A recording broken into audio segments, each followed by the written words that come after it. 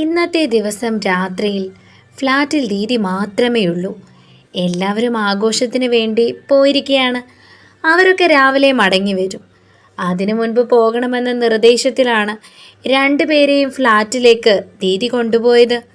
ഫ്ലാറ്റിനുള്ളിൽ ദീദി നൽകിയ മുറിയിലിരിക്കുമ്പോൾ വല്ലാത്ത ടെൻഷനിലായിരുന്നു നില. അവൾ എബിയുടെ അരികിലേക്ക് വന്നിരുന്നു കൊണ്ട് ചോദിച്ചു, ഇനി നമ്മൾ എന്തു ചെയ്യും എബി? നാളെ നേരം വെളുക്കുമ്പോൾ നമുക്ക് ഈ ഫ്ലാറ്റിൽ നിൽക്കാൻ പറ്റില്ല നില. ഈ രാത്രി തന്നെ അവന്മാർ ഈ ഫ്ലാറ്റിൻ്റെ വാതിലിടിച്ച് പൊളിച്ച് പുറത്തിറങ്ങും. നാളെ അത് എല്ലാവരും അറിയും. അതിനു മുൻപ് നമുക്ക് പോണം. നമ്മൾ എങ്ങോട്ട് പോകുമെന്നാണ് ഞാൻ ചോദിക്കുന്നത്, നില പറഞ്ഞു. നമ്മൾ എങ്ങനെ പോകുമെന്ന് ആദ്യം നീ ചിന്തിക്ക്. ട്രെയിൻ, ബസ്, കാർ ഇതൊന്നും പോസിബിൾ അല്ല. അവരുടെ ആളുകൾ അവിടെ എല്ലാം ഉണ്ടാവും. പിന്നെ നമ്മൾ എങ്ങനെ രക്ഷപ്പെടും ഇവിടെ നിന്ന് എബി? എനിക്കറിയില്ല നില. ഒരു മാർഗമുണ്ട്. അവളുടെ മുഖത്തേക്ക് നോക്കി അവൻ പറഞ്ഞു, എന്താ? വേഷം മാറുക. വേഷം മാറാനോ? നമ്മൾ എങ്ങനെ വേഷം മാറിയാലും അവർ കണ്ടുപിടിക്കില്ലേ. നീ ഒരു പുരുഷനാകുന്നു, ഞാനൊരു സ്ത്രീയും. ഇതെന്തേ പറയുന്നത്? അല്ലാതെ നമ്മൾ ഇവിടുന്ന് രക്ഷപ്പെടില്ല. പക്ഷെ അതിന് കുറച്ച് സാധനങ്ങൾ ആവശ്യമുണ്ട്. നമ്മുടെ കയ്യിൽ ഒന്നുമില്ല. അതൊക്കെ ദീദിയുടെ കയ്യിൽ കാണും.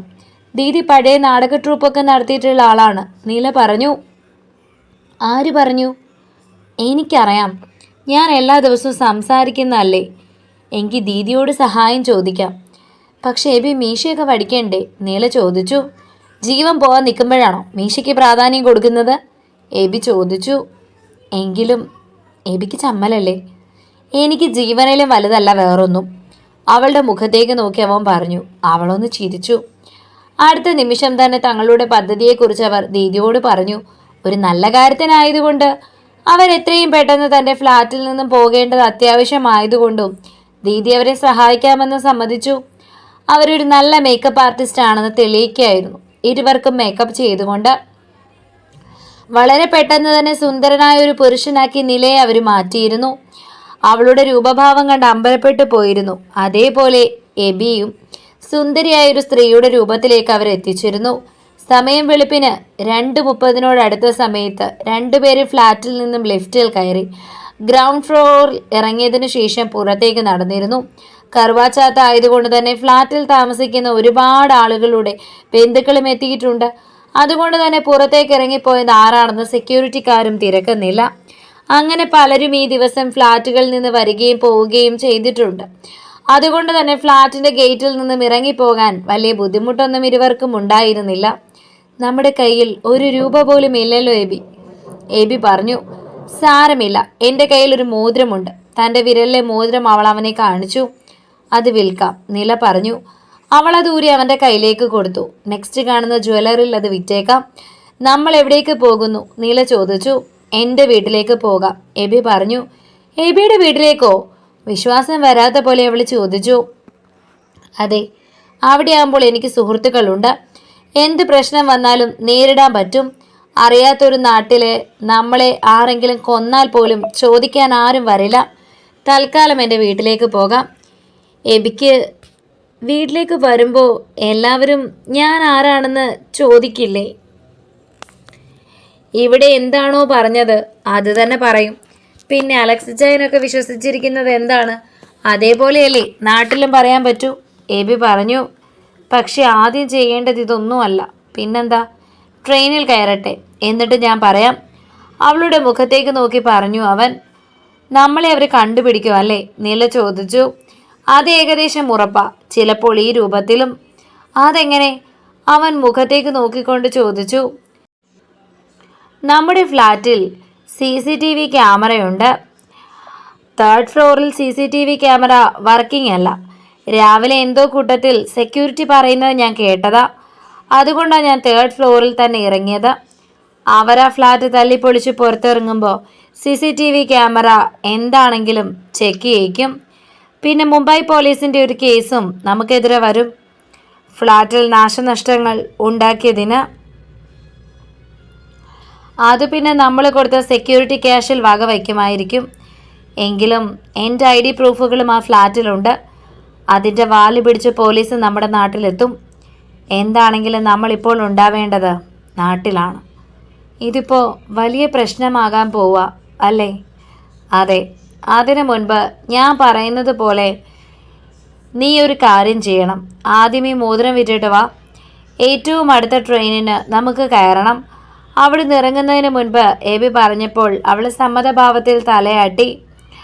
മോതിരം വിറ്റ കാശുമായി വളരെ പെട്ടെന്ന് തന്നെ നില വന്നിരുന്നു. പറ്റിച്ചല്ലോ അവന്മാർ. ഇപ്പോഴത്തെ സ്വർണത്തിൻ്റെ വില വെച്ച് നോക്കുമ്പോൾ ഇത് തീരെ കുറവാ, എബി പറഞ്ഞു. എനിക്കറിയാം, പക്ഷേ ഒരു പരിധിയിൽ കൂടുതൽ ഒന്നും പറയാൻ പറ്റില്ല. അവർ തരില്ല. എന്ത് ചെയ്യാൻ പറ്റും? നില നിസ്സഹായതയോടെ പറഞ്ഞു. അവൻ പെട്ടെന്ന് തന്നെ റെയിൽവേ സ്റ്റേഷനിലേക്ക് നടന്നു. രണ്ടുപേരും ട്രെയിനിലേക്ക് കയറിയ സമയത്ത് സീറ്റൊന്നും ഒഴിവുണ്ടായിരുന്നില്ല. അല്ലെങ്കിലും ജനറൽ കമ്പാർട്ട്മെൻറ്റിൽ യാത്ര ചെയ്യുന്നതാണ് നല്ലത് എന്ന് എബി പറയുകയും ചെയ്തു. എന്തെങ്കിലും ആക്രമണമുണ്ടായാലും ആളുകൾ കൂടുതലുള്ളത് ജനറൽ കമ്പാർട്ട്മെൻറ്റിൽ ആണല്ലോ. പെട്ടെന്നൊന്ന് രക്ഷപ്പെടണമെങ്കിൽ ഏറ്റവും നല്ലതും അതുതന്നെയാണ്. നമ്മൾ കേരളത്തിലേക്ക് എത്തുന്നതിന് മുൻപ് അത്യാവശ്യമായി ചെയ്യേണ്ട ഒരു കാര്യമുണ്ട്. അവളുടെ മുഖത്തേക്ക് നോക്കിക്കൊണ്ട് എബി പറഞ്ഞു. എന്താ അത്? കുറേ നേരമായിട്ട് പറയുന്നുണ്ടെങ്കിലും എന്താണെന്ന് പറഞ്ഞില്ലല്ലോ. അവൾ അവൻ്റെ മുഖത്തേക്ക് നോക്കിക്കൊണ്ട് പറഞ്ഞു. നമ്മൾ ഒന്നുകിൽ ട്രെയിൻ വഴി അല്ലെങ്കിൽ ബസ് വഴി തിരിച്ചു വരുമെന്ന് അവർക്ക് നന്നായി അറിയാം. അതുകൊണ്ട് തന്നെ അവർ ഒന്നുകിൽ റെയിൽവേ സ്റ്റേഷനിൽ അല്ലെങ്കിൽ ബസ് സ്റ്റോപ്പിൽ നമ്മളെയും കാത്തു കാണും. അവരുടെ കയ്യിൽ നമ്മൾ പെട്ടുപോയി കഴിഞ്ഞാൽ പിന്നെ നമ്മൾ പുറം ലോകം കാണുന്ന കാര്യം കുറച്ച് സംശയമാണ്. നിൻ്റെ അച്ഛനെ പോലും അവർ നമ്മളെ കാണിക്കില്ല.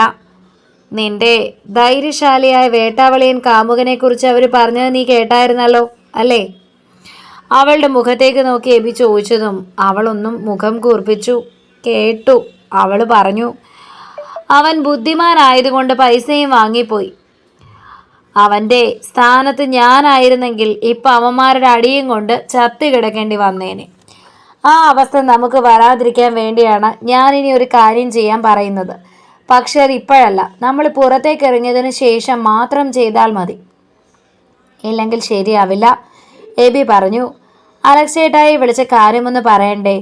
ഒന്നും അല്ലെങ്കിലും നമ്മൾ ഇത്രയും ഹെൽപ്പ് ചെയ്തതല്ലേ, പറയണം. ഞാനും ആ കാര്യം ഓർത്തായിരുന്നു, അവനവളുടെ മുഖത്തേക്ക് നോക്കി പറഞ്ഞു.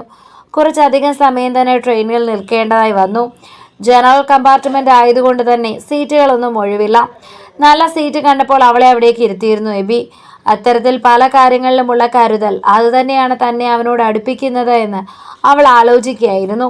കുറച്ചു മുൻപ് നടന്ന സംഭവങ്ങളൊക്കെ അവളെ വല്ലാതെ ഞെട്ടിച്ച് കളഞ്ഞിരുന്നു. ഒരു വിധത്തിലാണ് ഫ്ലാറ്റിൻ്റെ ഡോർ അടിച്ച് പൊളിച്ച് ജയദേവനും കൂട്ടരും പുറത്തേക്ക് ഇറങ്ങിയത്. ശബ്ദം കേട്ടുകൊണ്ട് മറ്റു ഫ്ലാറ്റിലുള്ള പലരും ഇറങ്ങി നോക്കുകയും ചെയ്തു. എന്നാൽ ആരെയും ഗൗനിക്കാതെ അടുത്ത സെക്കൻഡിൽ തന്നെ അവർ ലിഫ്റ്റിലേക്ക് കയറി. പിന്നീട് നേരെ ഫ്ലാറ്റിലെ സെക്യൂരിറ്റിയുടെ അരികിലേക്കാണ് ചെന്നത്. ഈ ഫ്ലാറ്റിലെ CCTV ദൃശ്യങ്ങൾ കാണണമെന്നും അതിന് എത്ര രൂപ വേണമെങ്കിലും പാരിതോഷികം തരാമെന്നും പറഞ്ഞപ്പോൾ എങ്ങനെയും അത് ഒപ്പിച്ചു കൊടുക്കാമെന്ന് സെക്യൂരിറ്റി പറഞ്ഞു. കുറച്ചു സമയം കാത്തിരിക്കേണ്ടി വന്നുവെങ്കിലും വളരെ പെട്ടെന്ന് തന്നെ സെക്യൂരിറ്റി CCTV ദൃശ്യങ്ങൾ ജയദേവന്റെ ഫോണിലേക്ക് ഷെയർ ചെയ്ത് കൊടുത്തിരുന്നു. CCTVയിൽ ഒന്നും തന്നെ ഇരുവരും പുറത്തേക്ക് പോകുന്നത് കാണുന്നില്ല. 5ാം നിലയിൽ നിന്നും ലിഫ്റ്റിൽ കയറുന്നത് കാണിക്കുന്നുണ്ട്. എന്നാൽ പിന്നീട് ഒരു ഫ്ലോറിലും ആ ലിഫ്റ്റ് നിർത്തുന്നതായി കാണുന്നില്ല. ജയദേവന് ദേഷ്യം തോന്നി. കയ്യിൽ കിട്ടിയിട്ട് രക്ഷപ്പെട്ടു പോവുകയെന്ന് പറഞ്ഞാൽ അത് വലിയ വേദനയുണ്ടാക്കുന്ന കാര്യമാണ്. റിവൈൻഡ്. കണ്ടുകൊണ്ടിരുന്ന CCTV ദൃശ്യങ്ങൾ കണ്ടുകൊണ്ട് അവൻ പറഞ്ഞു. കൂടെ ഉണ്ടായിരുന്ന ആൾ പെട്ടെന്ന് തന്നെ ആ ദൃശ്യങ്ങൾ ഒന്നുകൂടി പുറകിലേക്കാക്കിയിരുന്നു.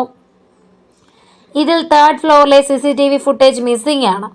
അവൻ സെക്യൂരിറ്റിയുടെ മുഖത്തേക്ക് നോക്കിക്കൊണ്ട് പറഞ്ഞു. ആ ഫ്ലോറിൽ കുറച്ചധികം കാലങ്ങളായി CCTV പ്രവർത്തിക്കുന്നില്ല. അതിനെന്തോ പ്രശ്നമുണ്ട്. സെക്യൂരിറ്റി ഹിന്ദിയിൽ പറഞ്ഞപ്പോൾ ജയദേവൻ തലയ്ക്ക് കൈകൊടുത്തു. അപ്പോൾ അവിടെ വെച്ച് തന്നെയാണ് ഇരുവരും തങ്ങളുടെ കയ്യിൽ നിന്നും രക്ഷപ്പെട്ടിരിക്കുന്നത്. അവർ രക്ഷപ്പെടുന്നതിന് ശേഷമുള്ള ഗ്രൗണ്ട് ഫ്ലോറിലെ ദൃശ്യങ്ങളെല്ലാം തന്നെ ജയദേവൻ പരിശോധിച്ചു. അപ്പോഴാണ് ഏകദേശം 2 മണിയോട് അടുപ്പിച്ച് ഒരു പുരുഷനും സ്ത്രീയും ലിഫ്റ്റിൽ വരുന്നത് കണ്ടത്. എന്നാൽ അവരെ സൂം ചെയ്ത് നോക്കിയിട്ടും അത് എബിയും നിലയുമാണെന്ന് ജയദേവന് തോന്നിയില്ല. ഉടനെ തന്നെ ആ ദൃശ്യങ്ങൾ സെക്യൂരിറ്റിയെ കാണിച്ചു ജയദേവൻ. ഇവർ ഇതിനു മുൻപ് ഇവിടെ കണ്ടിട്ടില്ലെന്ന് സെക്യൂരിറ്റി കൂടി പറഞ്ഞതോടെ എന്ത് ചെയ്യണമെന്ന് അറിയാത്ത അവസ്ഥയിലായി ജയദേവൻ. വീണ്ടും അവൻ ചിത്രങ്ങൾ ഒന്നുകൂടി സൂം ചെയ്ത് നോക്കി. അപ്പോൾ വ്യക്തമായി അത് വേഷം കെട്ടിയ ചിത്രങ്ങളാണെന്നും വേഷം മാറിയാണ് ഇരുവരും ഇവിടെ നിന്ന് പുറത്തേക്ക് പോയിരിക്കുന്നതെന്നും മനസ്സിലാക്കാൻ സാധിച്ചു. അവൻ ഉടനെ തന്നെ അവരുടെ ആ വേഷത്തിലുള്ള ചിത്രങ്ങൾ സ്ക്രീൻഷോട്ട് എടുത്തു. അത് അച്ഛൻ്റെ ഫോണിലേക്ക് അയച്ചു കൊടുത്തു. അടുത്ത നിമിഷം തന്നെ അയാളുടെ ഫോൺ കോൾ വന്നു. അച്ഛാ, CCTVയുടെ ചിത്രങ്ങൾ കണ്ടോ? അവരെങ്ങനെയാ രക്ഷപ്പെട്ടിരിക്കുന്നത് എന്ന് മനസ്സിലായോ? അവൻ എടുത്തു ചോദിച്ചു. നീ അതിനു മുൻപ് ആദ്യം നിന്റെ മൊബൈൽ ഫോൺ ഓണാക്കി നോക്ക്, അപ്പോൾ അറിയാം. ദേഷ്യത്തോടെ ജിതേന്ദ്രൻ പറഞ്ഞതും കാര്യം മനസ്സിലാവാതെ പെട്ടെന്ന് തന്നെ അവൻ ഫോൺ കട്ട് ചെയ്തു. ശേഷം മൊബൈൽ ഫോൺ ഓണാക്കിയതും വാട്സപ്പിൽ മെസ്സേജിൻ്റെ ബഹളമായിരുന്നു. ചിലരൊക്കെ ഒരു ലിങ്ക് അയച്ചു തന്നിട്ടുണ്ട്. സുഹൃത്തുക്കളിൽ ചിലരാണ്. പെട്ടെന്ന് തന്നെ അവൻ ലിങ്ക് ഓപ്പൺ ചെയ്തു. അത് തുറന്നതും അവൻ ഞെട്ടിപ്പോയിരുന്നു. നിലയുടെ ഇൻസ്റ്റാഗ്രാം ID-യിൽ ഒരു വീഡിയോ പോസ്റ്റ് ആയിരിക്കുന്നു. അവൾ ഏതോ ഒരു ട്രെയിനിൽ ഇരുന്നു കൊണ്ട് എടുത്തതാണ്. ഇപ്പോൾ താൻ പ്രണയിക്കുന്ന ആൾക്കൊപ്പമാണെന്നും 2 മാസമായി വീട്ടിൽ നിന്നും വിവാഹത്തിന് സമ്മതിക്കാത്തത് കൊണ്ട് ഇറങ്ങിപ്പോയതാണെന്നും തനിക്ക് താല്പര്യമില്ലാതെ വിവാഹം നിർബന്ധിച്ച് നടത്താൻ നോക്കിയത് കൊണ്ടാണ് ഇങ്ങനെയൊരു ഇറങ്ങിപ്പോക്ക് വേണ്ടി വന്നത് എന്നും ലൈവിൽ വന്ന് പറഞ്ഞിരിക്കുകയാണ്. മാത്രമല്ല തൻ്റെ പേരടക്കം മെൻഷൻ ചെയ്തിപ്പോൾ അവളെ ജീവിക്കാൻ അനുവദിക്കുന്നില്ല എന്നും കൊല്ലാൻ പിന്നാലെ നടക്കുകയാണെന്നും പറയുന്നുണ്ട്. ജയദേവൻ തല ചൊറിഞ്ഞു. അടുത്ത നിമിഷം തന്നെ ജിതേന്ദ്രൻ്റെ ഫോൺ വന്നിരുന്നു. നീ കണ്ടോ? ജിതേന്ദ്രൻ ചോദിച്ചതും അവൻ അലസമായി മൂളുക മാത്രം ചെയ്തു. നമ്മൾ ചെയ്യുന്നതിൻ്റെ ഒരു സ്റ്റെപ്പ് മുൻപിലാണ് അവളിപ്പോഴും. ഇല്ലെങ്കിൽ ഇങ്ങനെ ചെയ്യുമോ? ഇതിപ്പോൾ ആകെ നാണക്കേടാന്ന് പറഞ്ഞാൽ മതി. എത്ര പേരായി വിവരം അറിഞ്ഞിട്ട് വിളിക്കുന്നതെന്നറിയോ? അവൾ കയ്യിൽ നിന്ന് വഴുതിപ്പോയല്ലേ പപ്പ? കയ്യിൽ കിട്ടിയിട്ട് പോയത് കൊണ്ടാണ് എനിക്കിത്രയും സങ്കടം. നിനക്ക് അത്രയ്ക്ക് സങ്കടമുണ്ടായിരുന്നെങ്കിൽ അവിടെ വെച്ച് അവളെ തീർക്കായിരുന്നില്ലേ? ഒരു കുഞ്ഞു പോലും അറിയുമായിരുന്നില്ലല്ലോ. ഫ്ലാറ്റിൽ നടന്ന സംഭവങ്ങളെല്ലാം തന്നെ ജയദേവൻ ജിതേന്ദ്രനോട് പറഞ്ഞു. അപ്പോൾ കൂടെയുള്ളവൻ ചില്ലറക്കാരനല്ല. ജിതേന്ദ്രൻ പറഞ്ഞു, എൻ്റെ ബലമായ സംശയം നമ്മൾ ചെയ്തതുപോലെ അവളും ഒരു ഡമ്മിയെ വെച്ച് കളിക്കുകയാണോ എന്നാണ്. ഒരുപക്ഷെ അവൾ സ്നേഹിച്ചത് ഇവനെയാണെങ്കിലോ? മറ്റവൻ വെറും ഒരു ഡമ്മിയാണെങ്കിലോ? മറ്റുള്ളവരെ വിശ്വസിപ്പിക്കുവാൻ വേണ്ടി അവൾ കണ്ടെത്തിയ ഒരു കോൺട്രാക്റ്റ് കാമുകൻ? ഇല്ലെങ്കിൽ പൈസയെന്ന് കേൾക്കുമ്പോൾ അവൻ തലകുത്തി വീഴുമോ? നമ്മൾക്കാണ് പിഴച്ചതെന്നാണ് തോന്നുന്നത് പപ്പ. ഇവനായിരുന്നു ഒറിജിനൽ. ജയദേവൻ പറഞ്ഞു. എന്താണെങ്കിലും ഇപ്പോൾ ഇതിൻ്റെ പേരിൽ നമുക്ക് കുറച്ച് പണം ഓഫർ ചെയ്തിട്ടുണ്ട് അവിടെ തന്ത. നമുക്ക് നാണക്കേടുണ്ടായതിനുള്ള കോൺട്രിബ്യൂഷൻ. എന്താണെങ്കിലും ഇതിലെന്തെങ്കിലും ലാഭം നമുക്കും വേണ്ടേ? പക്ഷെ പപ്പ, എനിക്ക് ആകെ നാണക്കേടായല്ലോ. ഞാനിനി എൻ്റെ കൊളീഗ്സിൻ്റെയൊക്കെ മുഖത്ത് എങ്ങനെ നോക്കും? ഇത്തരം കാര്യങ്ങളൊന്നും നിനക്ക് ഡീൽ ചെയ്യാൻ അറിയില്ലെന്ന് എനിക്ക് മനസ്സിലായി. ഇല്ലെങ്കിൽ അവൾ നിൻ്റെ കയ്യിൽ നിന്ന് വഴുതി പോകില്ലല്ലോ. ഏതായാലും സംഭവിച്ചത് സംഭവിച്ചു. ഇനി ചെയ്യാൻ പറ്റുന്നത് എത്രയും പെട്ടെന്ന് ഇത് വച്ച് പുതിയ എന്തെങ്കിലും കളി പ്ലാൻ ചെയ്യണം. നരേന്ദ്രൻ അപ്പോൾ നമ്മളോട് കുറച്ച് അറിവ് തോന്നിയിട്ടിരിക്കുന്നതാണ്. ഈ സാഹചര്യം മുതലെടുക്കേണ്ടത് നമ്മുടെ കഴിവാണ്. അതുകൊണ്ട് തൽക്കാലം ഇപ്പോൾ നമ്മൾ ചെയ്യേണ്ടത് നരേന്ദ്രനെ നമ്മുടെ വരുതിയിലാക്കുക എന്നതാണ്. ജിതേന്ദ്രൻ പറഞ്ഞപ്പോൾ ജയദേവൻ സമ്മതിച്ചു. നീ ഏതായാലും വേഗം വാ. തൽക്കാലം ഫോൺ ഓഫാക്കി വെക്ക്. ആര് വിളിച്ചാലും പ്രത്യേകിച്ചൊന്നും പറയാൻ നിൽക്കണ്ട. അയാൾ പറഞ്ഞപ്പോൾ അവൻ സമ്മതപൂർവ്വം തലയാട്ടി. ശേഷം കൂടെ ഉണ്ടായവർക്ക് പോകാമെന്ന് നിർദ്ദേശം കൊടുത്തു. സെക്യൂരിറ്റിയുടെ പോക്കറ്റിൽ കുറച്ചധികം പണം വച്ചതിനു ശേഷം അവർ പുറത്തേക്ക് പോയിരുന്നു. ഇനി നിന്റെ പഴയ സിം കാർഡ് എടുത്ത് ഫോണിലിട. എബി പറഞ്ഞതും അവൾ പെട്ടെന്ന് തന്നെ ഫോൺ എടുത്തതിൽ അവളുടെ പഴയ സിം കാർഡ് ആക്ടിവേറ്റ് ചെയ്തു. അത് ആക്ടിവേറ്റ് ചെയ്യുന്നതിനോടൊപ്പം നിരവധി മെസ്സേജുകളും വരുന്നുണ്ടായിരുന്നു. ആദ്യം വിളിച്ചത് ഗ്രീഷ്മയാണ്. അവൾ പെട്ടെന്ന് തന്നെ ഫോൺ എടുത്തിരുന്നു. എന്താ ഇതൊക്കെ? എന്തൊക്കെയാണ് കേൾക്കുന്നത്? സച്ചിൻ എവിടെ? നീ എവിടെയാ? എത്ര നാളായി ഒന്ന് കോണ്ടാക്ട് ചെയ്യാൻ നോക്കിയിട്ട്? ഒരു രാത്രി ഇരുട്ടി വെളുത്തപ്പോൾ എന്തൊക്കെയാ ലൈഫിൽ നടന്നത്? ശരിക്കും എന്താ സംഭവമെന്ന് നീ ഒന്ന് പറ. എടി ഗ്രീഷ്മേ, പറയാനാണെങ്കിൽ ഒരുപാട് കാര്യങ്ങളുണ്ട്. ഒന്നും ഫോണിൽ കൂടി പറഞ്ഞാൽ ശരിയാവില്ല.